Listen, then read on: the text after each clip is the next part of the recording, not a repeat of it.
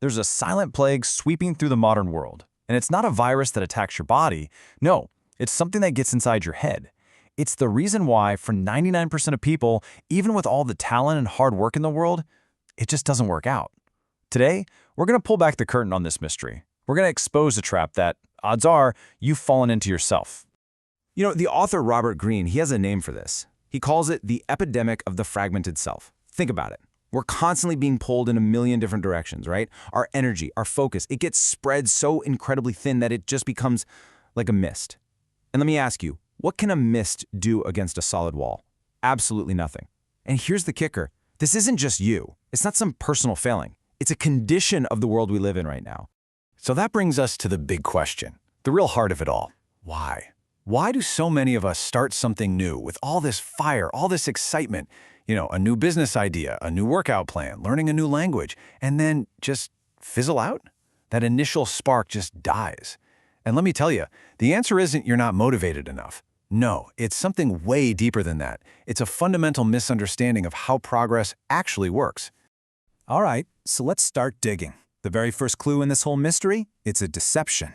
It's this massive lie that we've all been fed our entire lives about what progress is even supposed to look like. See, we're taught to believe that progress is a straight line. You know, you put in 1 hour of work, you should get 1 hour of results back. You go to the gym for a week straight, you expect to look in the mirror and see a difference.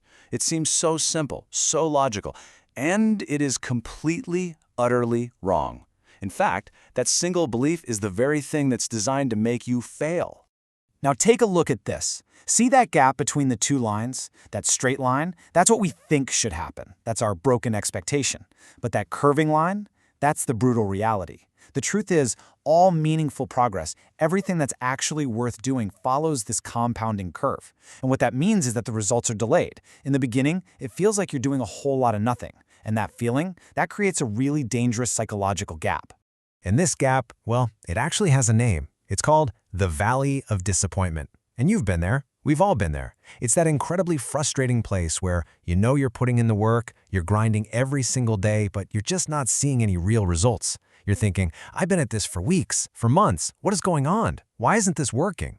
This valley, it's a graveyard. It's where all our good intentions go to die. And it's exactly where the 99% of people quit. So, what's actually happening down there in the valley? Is all that hard work, all that effort really just vanishing into thin air? No. And the key, the absolute secret to breaking out of that 99% is understanding the powerful, invisible force that's at work. Okay, this is so important. You have to reframe how you see this. Your work isn't being wasted, not at all. It's being stored. Imagine every single action you take. Every bit of effort is like charging a battery. You're building up this massive reserve of potential energy, just waiting for the right moment to be unleashed. Think about it like this. Picture an ice cube. You take it from 25 degrees up to 31. What happens? On the outside, nothing. It's still a block of ice. Or think about bamboo. For 5 years, it does nothing but build roots underground where you can't see a thing. Then bam, it explodes 90 feet into the air. Or a stone cutter just hitting a giant rock over and over, 100 times. Not even a hairline crack. In every single one of these cases, the change is happening, but it's invisible, until suddenly it's not. This whole period of invisible progress, this stored energy phase, James Clear gives it a name. He calls it the Plateau of Latent Potential. It's this state where all your progress is just dormant, hidden beneath the surface, waiting for you to hit a certain critical point. And the tragedy is, most people quit while they're on this plateau.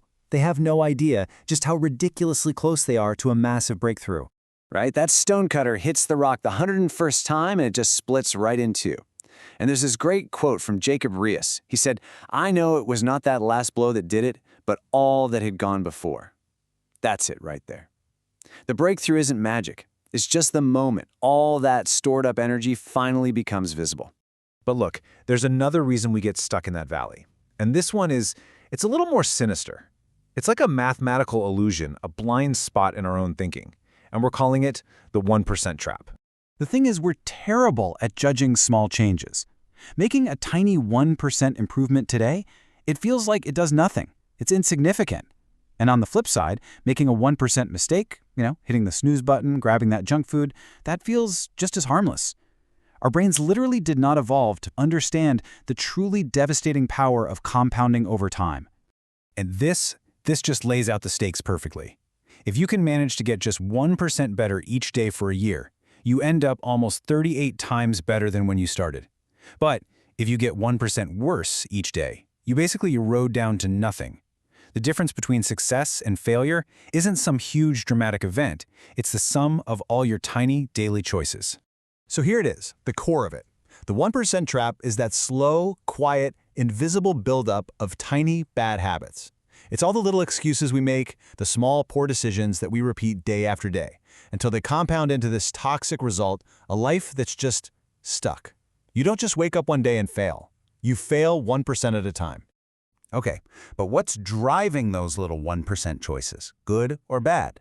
This is where we get to the absolute heart of the mystery. Because the trap, the real trap, isn't just about your actions, it's about who you fundamentally believe you are. Let me throw a pretty challenging idea at you. What if the reason you can't stay consistent? What if it has nothing to do with your goals or your system or your plan? What if the problem is you? What if your own self-image, your identity, is the very thing sabotaging you? So check this out. There are two ways to approach change. The 99%, they focus on the outcome. They start with what they want to get. Lose 20 pounds, write a book, and they try to force their behavior to fit that goal. But the 1%, they do the exact opposite.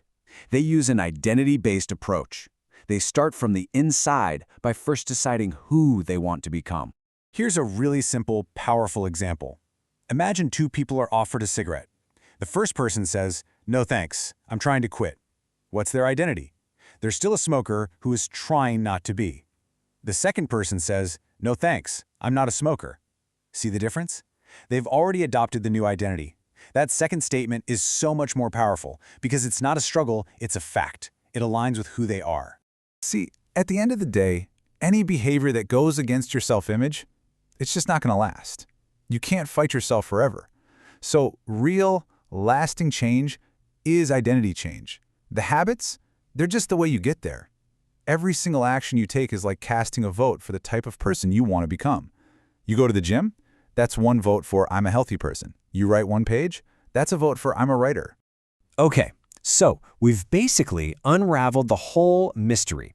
We now understand the value of disappointment, we see the 1% trap, and we know about the prison of identity. So, how do we escape? Right here, the tone shifts. This is where you take back control. This is where you find your power. All right, there are 3 core strategies to escaping this labyrinth. First, forget about your goals. Build systems instead.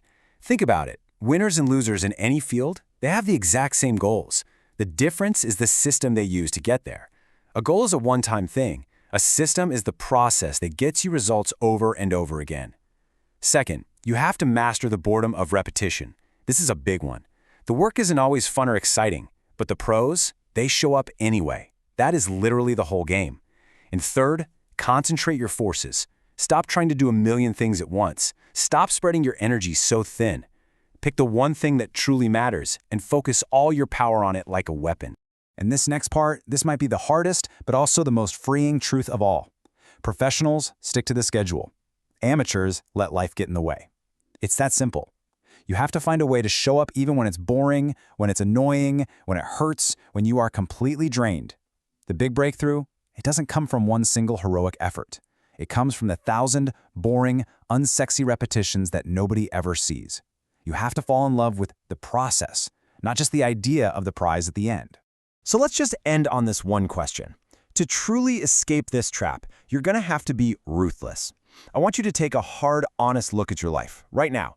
What is the one major distraction, the one habit, maybe the one person, the one thing you feel obligated to do that is just sucking all your energy and keeping you scattered? You have to identify it.